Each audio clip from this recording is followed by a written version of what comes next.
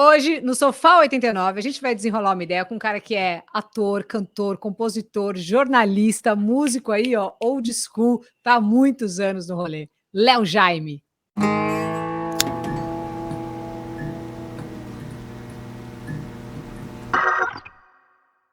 Olá, Léo, aí, tudo bem? que ótimo falar contigo. Tudo bem, pessoal? Tudo ótimo, eu que agradeço aí pelo seu tempo. Tanta história, né? Então vamos começar ali onde tem que começar mesmo, que é o início da sua carreira, né? Queria que você falasse pra gente uma geral, não só da carreira, mas tem tanta curiosidade, o seu nome sempre teve envolvido em tantas histórias de tantas bandas, né? Desde o Cazuza, né? A entrada do Cazuza no Barão Vermelho, que tem a ver com você, o comecinho ali do seu, né, das suas composições, troca seu cachorro por uma criança, para ver uma coisa assim enlouquecida. Eu queria que você começasse mais ou menos que memória que você tem do comecinho da sua carreira. Eu lembro que você citou o Rock da Cachorra, e essa música foi gravada, é música minha, letra minha. O arranjo era o que a gente tinha feito lá, João Penca e seus Miquinhos Amestrados, era uma música do nosso repertório. E a gente foi gravar um disco com o Eduardo Dussek, pensando em ser um disco de dois artistas, como o Rita já tinha feito com o Gil, enfim, juntar dois artistas e fazer lá um projeto. A gravadora embarreirou com a gente. É. Falou para o Eduardo Sec, não, esses caras não têm condições de participar de um disco seu, eles são muito amadores, não têm qualidade e tal. Então, em contrapartida, por a gente ter se dedicado ao projeto, deixaram o Eduardo Sec gravar duas músicas minhas. Uma, que era o Rock da Cachorra, que ele cantou, gravou e que fez o maior sucesso e que hoje praticamente pertence a ele, ao repertório dele. Eu só fui colocar essa música em show meu esse ano passado. Olha. E fez um sucesso absurdo no Brasil inteiro. Isto serviu, verdade seja dita, para que as portas das gravadoras se abrissem para os outros artistas que já vinham tentando ali, como a Blitz, né? Depois o Barão, depois, enfim, Paralamas, toda essa galera, né, que já estava ali meio rodeando o mundo da Rádio Fluminense, que era um mundo também, como eu te falo, de nicho, né? Mas a ideia de ter uma música que era um rock, em primeiro lugar no Brasil inteiro, com um cantor que era o Eduardo Sec, que tinha um disco só, e era um disco meio de MPB e tal, não era exatamente um fato irrelevante, era uma coisa muito importante. E aí começou-se a perceber o que nós já sabíamos, é que havia uma enorme demanda reprimida. Como eu acho que tem hoje, tá? Muita gente jovem, com um certo desgosto diante de tudo que está acontecendo aí, porque nada o representa. E, embora tenha estado desde os primeiros momentos, percebi que eu acabei ficando por último para gravar disco, porque eu tinha duas bandas, na verdade, e aí acabei, quando fui gravar meu disco, por alguns anos depois de eu já ter aparecido, como por exemplo com o Rock da Cachorra, com uma onda de rock, com uma onda mais crítica, mais ácida, e que encontrava, que repercutia, né? Que era Sim. aceita, que agradava. Legal, acho é muito interessante assim ver você, a gente relembrar, né, essas histórias. Quem não conheceu você vai ficar sabendo, mas tem muita coisa que dá uma recordação agradável. Tipo, eu era pequenininha, lembro muito assim do começo do Barão e soube depois de algum tempo que você foi o cara que tinha indicado o Cazuza para entrar na banda. Eu achei isso um negócio muito louco. E tem muita gente aqui, tem várias perguntas também de uma galera querendo saber. Inclusive chegou uma da Ana Paula aqui, que ela disse: não, pergunta lá direito para ele, que na verdade ele foi convidado para cantar no Barão Vermelho. Eu falei: meu Deus, essa eu não sabia. Então eu queria É, saber de você. vou te explicar. Tinha um lugar chamado Emoções Baratas, que era um barzinho feito no meio de um prédio que tinha interrompido a obra, assim, um prédio que não ficou pronto, mas tinha lá já energia elétrica, tinha lá uns espaços e permitiam que grupos de teatro fossem lá ensaiar e tal. Tinha a companhia de dança que podia fazer aula lá, enfim, era um espaço cultural, digamos assim, embora não tivesse pronto ainda. Era uma obra, mas que dava para utilizar. E aí o pessoal que queria lançar uma revista chamada Caceta Popular, que depois virou um programa de televisão, Caceta e Planeta, enfim, esse pessoal montou um barzinho para funcionar durante o verão, não sei se de 80 ou de 81, eu acho. E esse barzinho funcionava só sexta e sábado de noite, não tinha anúncio em lugar nenhum, era um balcão ali para vender umas bebidas ou cervejas, e aí um lugar para as pessoas se encontrarem e eles fazerem um dinheirinho para juntar, para fazer revista. E resolveram montar uma banda para tocar nesse lugar. Tal. E aí me chamaram para cantar nessa banda. Isso foi o Lúcio, que era o baixista, chamou a mim, ao Leandro Verdeal, que era meu parceiro já dos Miquinhos, e a gente já estava querendo montar banda e tal. E aí, na hora de combinar como é que ia ser o repertório e tal, eu falei, eu acho que a gente ter uma banda só para tocar nesse lugar vai ser complicado porque acaba sendo praticamente o mesmo repertório todo final de semana. Então, seria melhor que tivessem duas bandas que pudessem se alternar. E com isso, eu meio que empurrava os Miquinhos amestrados para fazer show, que eles não costumavam fazer show. Eles tocavam eventualmente, aqui e ali, no festival e tal, mas não era uma banda organizada ao ponto de fazer um show. Eu já tinha acabado de estrear cantando com eles num festival na PUC, aqui no Rio. E foi onde nos convidaram para montar essa banda, que acabou se chamando Nota Vermelha, e que foi o primeiro trabalho da Fernanda Abreu, que era minha colega de aula de balé clássico. Eu a ouvia cantando no vestiário e tal, e falei, vem cá, você não quer fazer backing na banda que a gente está montando aí para tocar num barzinho, não sei o quê.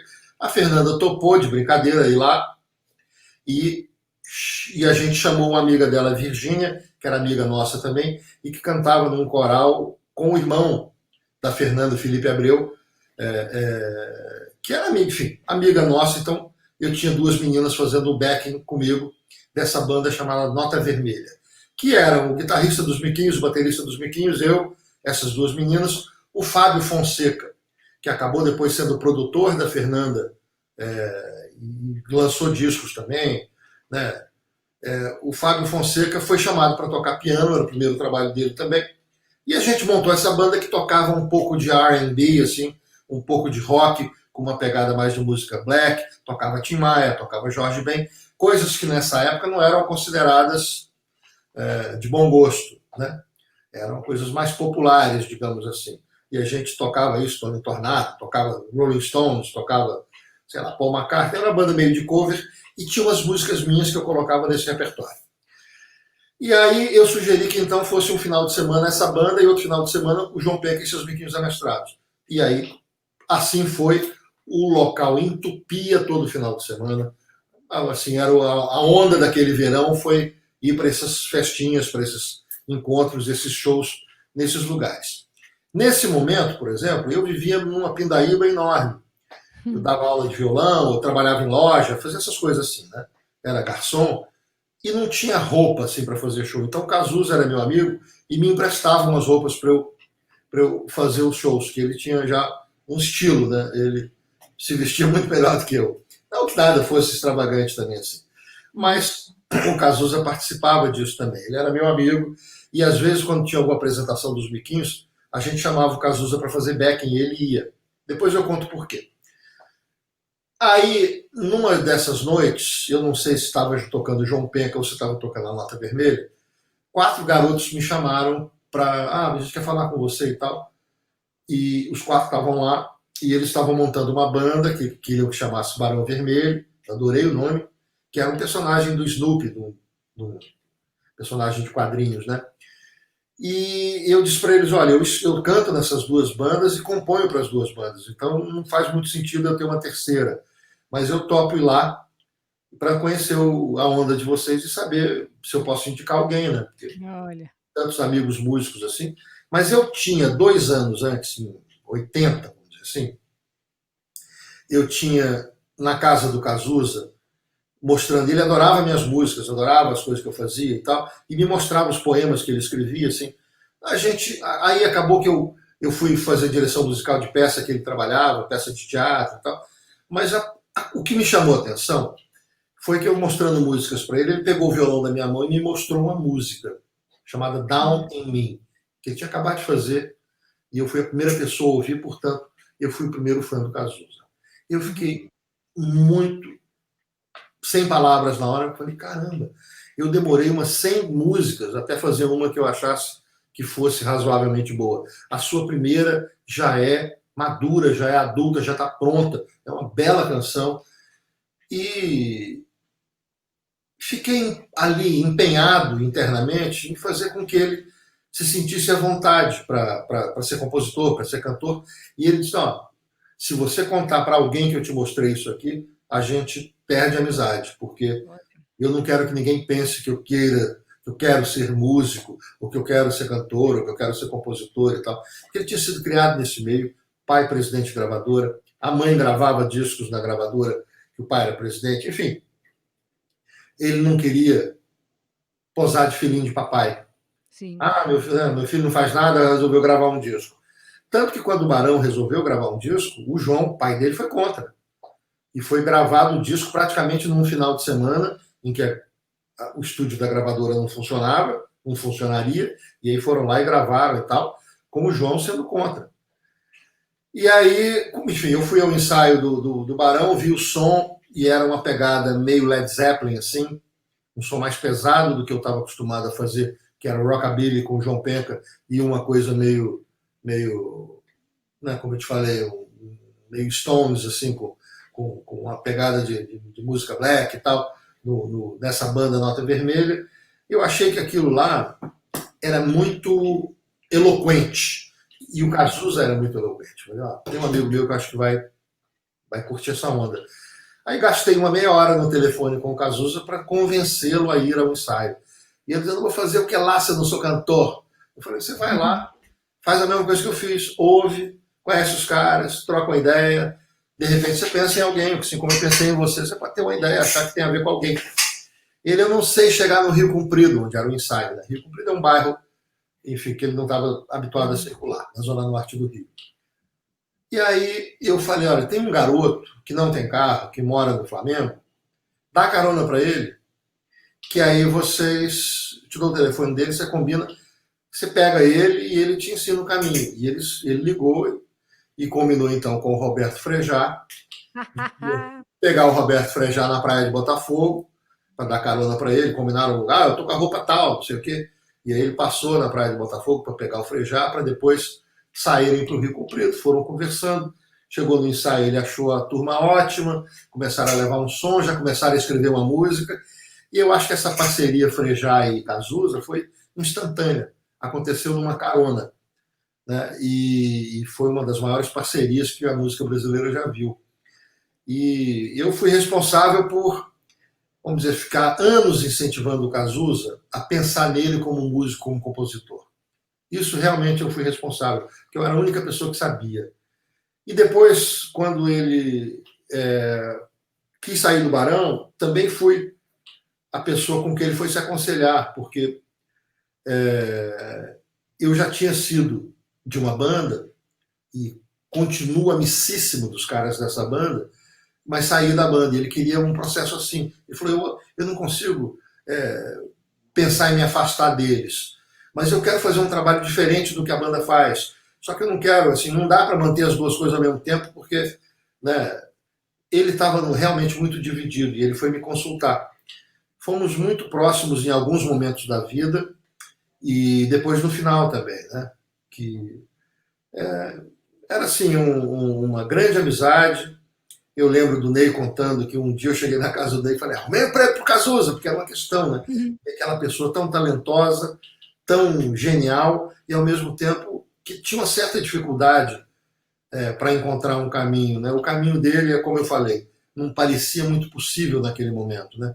Quando a gente estava na casa dele, em 1980, eu com 19 anos, ele com 21 e ele me mostrando Down em mim, não parecia possível que a vida nos oferecesse o caminho que ela acabou oferecendo.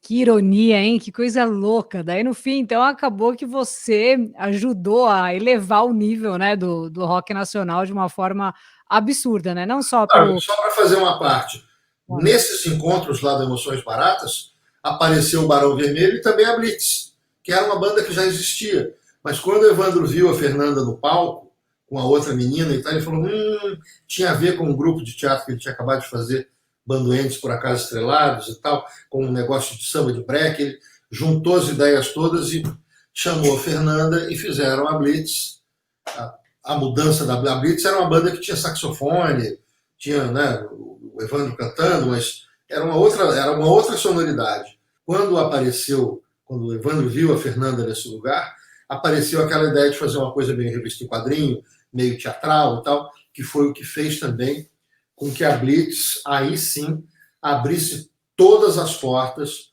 para todo mundo que estava querendo fazer rock no Brasil. E era o Lobão na bateria, não era? Né? O baterista da Blitz era o Lobão. Cara, você viu muita coisa de perto, assim, isso é muito louco. Essas pessoas, de alguma forma, elas são gratas a você, assim, você recebeu uma gratidão, inclusive do Cazuza, dessas pessoas que você, de alguma forma não, dessas pessoas que você ajudou a serem, né, a se tornarem o que elas são? Olha, não sei, assim, né, porque acho que a gente teve tão empenhado cada um em fazer o seu próprio caminho, e esses encontros eram muito comuns nessa época, né? Todo mundo se juntava, todo mundo ia lá. Então, por exemplo, eu acho que eu fiz uma música com a Marina, que foi minha primeira música gravada. A gente frequentava a mesma praia, todo mundo frequentava a mesma praia. Estou falando assim, o Ney Matogrosso gravou uma música minha, aí a Marina fez uma música comigo, ela gravou e tocou no rádio e tal. Foi a primeira vez que eu ouvi a música no rádio. Eu acho que tudo isso foi fundamental. Agora, um ajudava o outro, todo mundo interagia com todo mundo, era muito comum isso. Eu sou muito grato ao Ney, a Ângela Rorô, a Marina, por terem lançado músicas minhas quando eu ainda não gravava disco. Então, como compositor, eu fiz alguns sucessos que me permitiram, posteriormente, gravar disco, mesmo eu tendo que sair da minha banda, que não queria deixar de ser amadora, né? João Penca, quando foi assinar contrato com gravadora, falou, não, nós queremos... não queremos ter compromisso, a gente faz só de amor, no melhor sentido do amadorismo, né? Uhum. E eu acabei fazendo uma carreira solo meio sem ter planejado isso, porque eu sempre pensava em mim como parte de uma banda. Mas acho que o meu caminho, da Fernanda, do Cazuza, todo mundo está associado, está ligado. Às vezes até por, por acaso, né? Uma coisa acontece junto com a outra e acaba. Uhum. Eu estou lembrando aqui agora, por exemplo, que o Eduardo do Sec aparece na nossa vida como possibilidade e acaba gravando o Rock da Cachorra num show em que a Gangue 90 e as Absurdetes faziam no Morro da Urca, que era uma banda de São Paulo, com o Júlio Barroso, a Meiste, a Lunita Renault, e que o Lobão tocava bateria também. Uhum. A Alice Pink Punk, que era depois foi para os Ronaldos com o Lobão, era dessa banda também. E a gente foi chamado, porque era uma banda, o João Penca e seus Miquinhos Amestrados fazia muito sucesso no Rio. E ia estrear uma banda de São Paulo que ninguém conhecia, estava começando, mas que tinha uma música na novela e podia ser de algum apelo. Então resolveram chamar a gente, que era uma banda que tinha um público local, para abrir para essa banda que já tinha um sucesso na rádio, coisa que a gente não tinha, que era a Gangue 90. Nesse dia, o Cazuza foi fazer o show com a gente como backing. Então tinha no mesmo palco o Júlio Barroso, o Cazuza, o Lobão, eu, né, num show de artistas, entre aspas, desconhecidos. Assim como eu fui ver Paralamas uma vez no Circo Voador, e tinha pouca gente na plateia. E tinha uma banda de Brasília abrindo, que foi a primeira apresentação da Legião Urbana. Eu estava lá assistindo essa primeira apresentação. E aí eu lembro de ver o Herbert na saída e tal, felizão com a noite. Não tinha muita gente, mas ele estava feliz assim mesmo, com um Fusca cheio de bateria. A bateria do João tinha que ir embora no Fusca dele. E eu não tive a oportunidade nesse dia de conhecer os caras de Brasília, porque eram amigos de amigos meus de Brasília, porque eu tinha morado em Brasília também.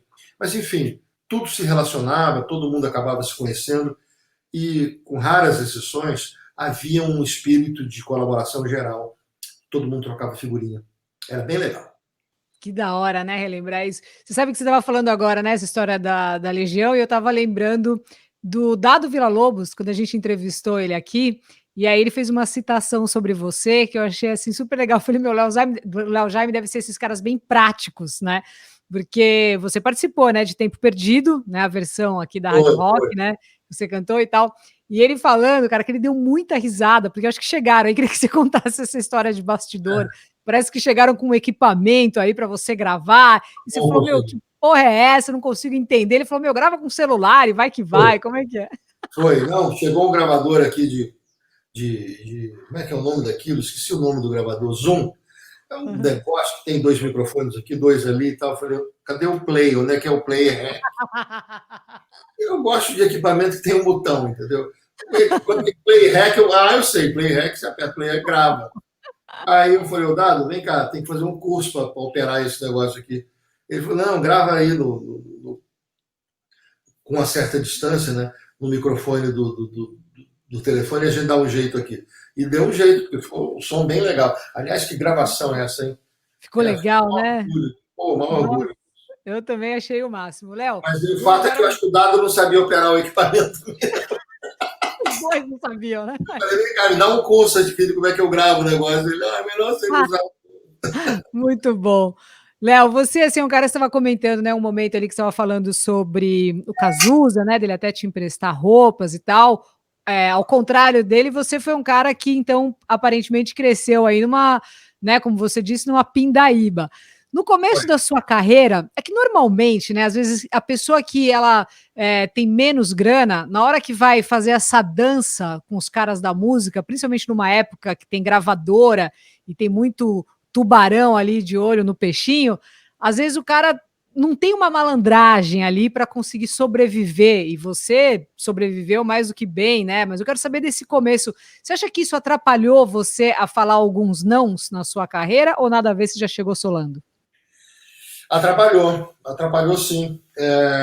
O fato de você não ter um background, eu saí de casa muito cedo, estava já há muito tempo na rua, me virando.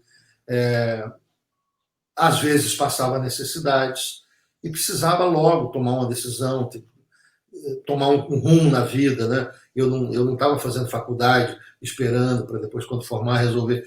Eu já tinha optado por um caminho artístico e tinha que dar certo, né? Isso eu acho que tira o seu poder de barganha, porque você chega para sentar com os caras, com os tubarões, e eles estão confortáveis sabendo que você está com a faca no pescoço. Léo, mas é muito louco, né? Porque assim, você já sentiu, né, o gosto do sucesso, né, do fracasso, né? Você estava falando agora aí de porta fechada, né, de decepção. Você já fez tanta coisa, várias dessas que você citou, e também você dublou a raiva, né, do Divertidamente, que eu acho o máximo. Eu gosto de assistir Demais. dublado, é muito bom, né? Você é um cara que consegue sempre e também se atualizando, né, se colocando desde, sei lá, ter sido o primeiro cara a fazer um blog. Eu lembro que na época eu também tinha um blog no UOL, você já tinha há muito tempo, então assim, Foi você o primeiro. foi o Eu fui o primeiro. primeiro. Foi o primeiro cara a ter um blog, né? Ganhou a dança dos famosos. Eu tenho que fazer um resumão, porque é tanta história que daria para a gente ficar aqui horas conversando. Mas onde eu quero chegar é assim: você fez tudo, né, cara? Você fez filme, fez série, ator, né? Compositor, jornalista, músico, dublador. Você consegue ter essa arte de ouvir o que o outro está falando e também tem a arte de contar o que você está sentindo, que às vezes uma pessoa consegue só uma, ou a outra, ou nenhuma. Você consegue fazer as duas aí tranquilamente. E eu queria saber de hoje, assim, como é que você tá? Como é que você se vê hoje? E se também te enche o saco essa comparação que fazem de você com você mesmo? É interessante isso, né? Porque às vezes a gente fica dentro de um dilema assim, né? Se eu faço uma coisa completamente diferente do que a que eu fiz, eu perdi o rumo.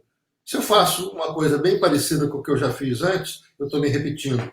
Ou Sim. seja, se a gente fosse pautar pela expectativa alheia, a gente acaba sempre errando. Por outro lado, o que a gente gosta de ouvir não é necessariamente o que a gente gosta de cantar. O Uhum. que você gosta de fazer em casa ou consumir não é necessariamente. Eu amo música erudita, mas eu tenho certeza de que esse não é o meu caminho. Né? Adoro jazz, até já me aventurei a cantar jazz e tal, e acho que pode ser uma coisa gostosa para fazer como lazer.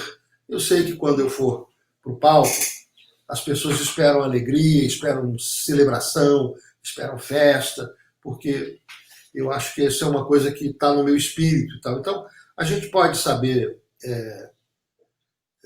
fazer várias coisas e saber quais são as que a gente deve escolher para mostrar para o público e outras não. Acho que a maturidade vai nos dando esse toque, né? Eu não sei, assim, até hoje o que eu vou ser quando eu crescer. Basicamente é isso, né? Eu escrevo, eu interpreto. Isso pode ser na cena, no cinema, no teatro, na TV, na música. Eu posso escrever uma música para os outros cantarem. Eu posso fazer um texto na televisão escrito por outra pessoa e tal. Eu acho que são coisas muito parecidas em veículos diferentes, né? Claro que dirigir moto é diferente de dirigir carro, que é diferente de guiar bicicleta, que é diferente de dirigir barco, mas no fim acaba sendo escolher o melhor caminho e saber lidar com aquilo, né? Ter os fundamentos básicos daquele instrumento que você está usando. Eu achava que o meu lugar seria desses que foi do Jô Soares, por exemplo, né? De ter um programa de conversa com música e podendo falar sobre cultura, comportamento, sobre essas coisas todas, né? De certa forma, eu fiz isso no Papo de Segunda, embora não fosse um programa de um talk show como esses clássicos. Eu achava que esse seria o meu lugar, só que nunca me convidaram para ele e às vezes que eu me ofereci para ficar nesse lugar, eu não fui, eu não fui aceito. Então eu não sei te dizer. Eu tenho aqui assim, né? O rock and roll tá aqui, entendeu? Sim, dá para ver. É onde eu comecei, é o que eu sou, faz parte da minha vida. Eu não sinto que isso é uma camisa de força. Quando eu quero, eu canto outras coisas e não vejo mal nenhum nisso. E sinto também que esse mundo do rock and roll, do pop rock, ele é muito mais amplo do que tem sido no Brasil hoje em dia. Eu acho que a maior parte de nós, brasileiros, vivemos em cidades grandes, temos uma vida com muitos, né, vida urbana, com muita coisa nova que precisa ser traduzida, e acho que o trabalho do artista é traduzir o seu tempo. Aqui eu estou falando e estou aqui com dois ídolos, ó. The King, The Queen. Muito bom, Fred Mercury e o Elvis aí, meu, demais essa camiseta, estava só de olho nela. Muito bom, Léo. São ídolos, são referências. Eu não sei te dizer assim para onde que a coisa vai agora. Nesse momento, eu estou fazendo um show, além do meu show Dance Comigo, que é um show que depende de aglomeração, que é um show para dançar, de música dançante.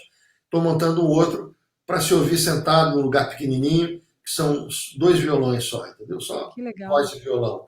Que eu acho que é uma coisa que os tempos pedem, né?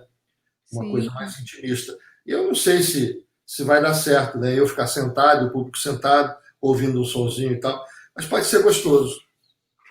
Ah, legal, da hora. Vai ficar legal, não vai ficar aquele clima de jantar dançante. Você vai fazer Não. um negócio que vai Isso. ficar legal. Até porque, em parte, eu acho que é isso que a gente está fazendo aqui, contar história, né? Olha, contar história. Que eu vou te falar que é o que mais pedem aqui. Muita gente, ó, a Cissa Vix te elogia, fala que você é o máximo. Muita gente escrevendo que já foi nos seus shows, que é super divertido, que você é autoastral, que te segue no Instagram e blá blá blá. E muita gente querendo, conta aquela história X, conta aquela. Assim, ó, quero saber da história do fim do Kid de Abelha, o outro. Essa aqui eu fiquei curiosa, Eduardo Castro. Eu quero saber do bastidor de Nós Vamos Invadir Sua Praia. Qual que é essa história? Essa eu também tô por fora. Olha, Nós Vamos Invadir Sua Praia foi o seguinte: o Traje a Rigor já tinha vindo tocar no Rio. Eu fui num festival punk uma vez no Morro da Urca e vi os Inocentes, vi o Traje e tal, e simpatizava muito com a banda, assim, com a coisa deles, a atitude deles, né, com o humor deles. Aí eles vieram gravar aqui no Rio um disco. E o pessoal da Warner, da gravadora, o Liminha, que produziu o disco, achou que podia ser que houvesse, e é preciso dizer que havia, sim, uma certa rixa no pessoal em São Paulo contra o pessoal carioca. Como se fosse, vamos ver quem é mais roqueiro, quem é que é mais né? Tinha uma competição, digamos assim. Isso não acontecia por parte dos cariocas, porque aqui tinha gente de todo lugar. Se você pensar, eu sou de Goiás, o Herbert é paraibano, enfim. Não tinha muito esse negócio de o pessoal de bairrismo, assim, porque era um ambiente muito misturado, né? Mas tinha uma ciumeirazinha, falando tanto que o primeiro show da Gangue 90 a gente foi abrir e tal, antes de aparecerem essas bandas todas, né? Mas aí havia uma preocupação de o Traje ser considerado muito uma banda paulista e não ter o mesmo a mesma receptividade na mídia que tinham os artistas que já estavam fazendo sucesso. Aí chamaram o Lobão, o Rich, o Abreu, que era dos Miquinhos, e eu, para cantar a faixa Nós Vamos Invadir Sua Praia. E a gente foi gravar essa música no refrão. Pula na baia! Cada hora é um, uma hora é o Lobão, outra. A gente vai mudando os versos, mas são esses quatro: Abreu, Rich, Lobão e eu, cantando ali. Isso, o Rich já era o maior vendedor de discos do Brasil e tal. Era um absurdo sucesso que ele fazia. O Lobão tinha lançado o primeiro disco dele, eu acho, só o Cena de Cinema. E eu já estava também encaminhado na vida, e o Abreu e os Miquinhos também lançando o disco. E foi interessante que eu chamei depois o Roger e o Abreu para cantarem uma música minha do Abreu, que chamava Cobra Venenosa, que é assim: eu sou uma cobra venenosa, que pica, e tem os dentinhos afiados que picam, que picam. E era uma marchinha de carnaval que o Abreu e eu fizemos. Chamamos o Roger para gravar, tal, e o Roger não conseguiu cantar um verso, porque ele ria o tempo inteiro, a faixa inteira, só aparece o Roger rindo. Então, tanto o Abreu canta, o Roger não conseguiu cantar. Ele ficava rindo o tempo inteiro da zoação que a gente fazia no estúdio. Mas eu não me lembro de nada mais além dessa junção ali dos quatro ali, os cinco juntos, né, no estúdio para gravar a voz do Nós Vamos Invadir Sua Praia.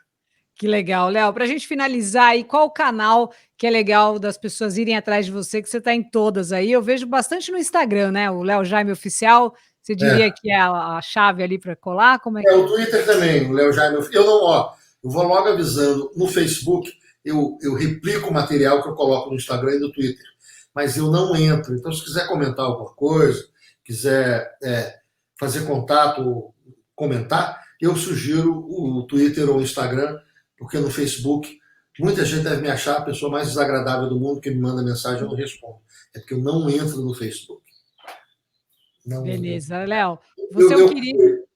Fui fundador fui a primeira pessoa no mundo, hoje não, isso não conta nada, mas na época contava, que o Orkut, quando saiu, eu não tinha gravadora, não tinha contrato com televisão, não tinha nada, mas tinha uma porrada de gente querendo falar comigo.